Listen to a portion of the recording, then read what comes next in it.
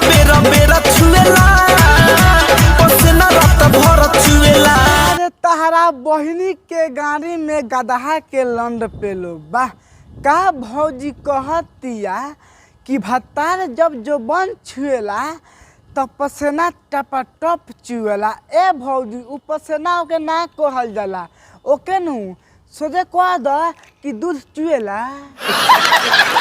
गजब बेइज्जती है।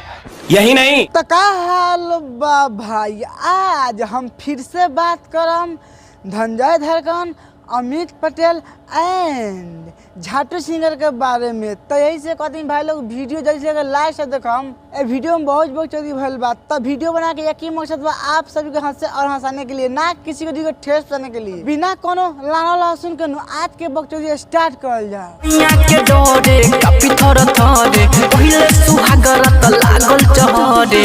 ए भौजी चहरो ना तो का करो, हिला के गिरा दो कि बाद में कहबू कि तू हमरा के नु पेलबे ना कइल ह। समझ रहे हो? से जिया करत भर मुंह चटना डटलवा। भौजी तो खाली डटल बा कि पेलबो करता, अगर नइखे पेलत नु तो तू बुला ले हमारा बड़का बहू कसम से कहता नी उ तो खाली डटल बा उ नु खाली आगे में पेली हम। जोड़ी से न जोड़ी जब हमर हट भौजी तो नजर से नजर हटल तो का कोइले बारे खोल के चहर गइले बारे का तबे दूर घटना घटलवा किया दुर्घटना घटल बा। ए भौजी भैया तोहर लहंगा उठा के पेल दल बारे का कि तू ऐसे कहतारू मतलब ना सुनता नहीं भाई लोग। भौजी केंती कहतिया कि नजरी से नजरी हटल बा तो दुर्घटना घटल बा। ए भौजी हम तो लागता नु कि कस के पेल देले बा। ए रहा नहीं चल तबे दूर घटना घटलवा।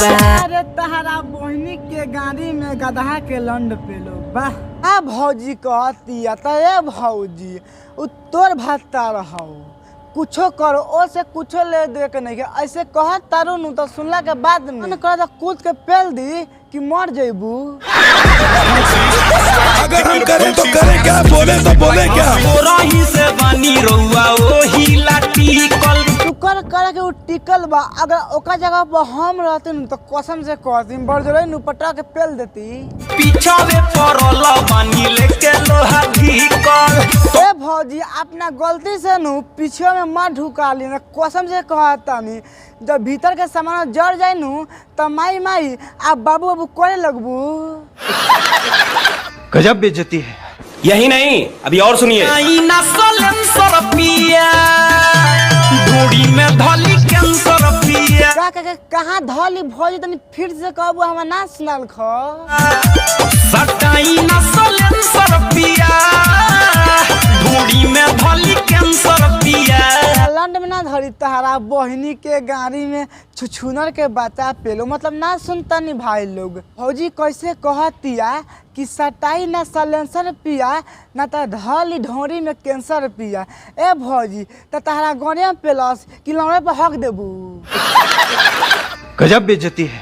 यही नहीं अभी और सुनिए। खेला खेला भइल बाबूजी छुई ना हो खतावे गुदा गुदी। अच्छा तहरा गुदगुदी होता ना भौजी तो एगो काम कर तू आज जो हमारा कैमरा मारे कसम से कहता नहीं तहरा गौरिया में नु लंड पेल दी नु तो गुदगुदी का फुदफुदी होके लगी।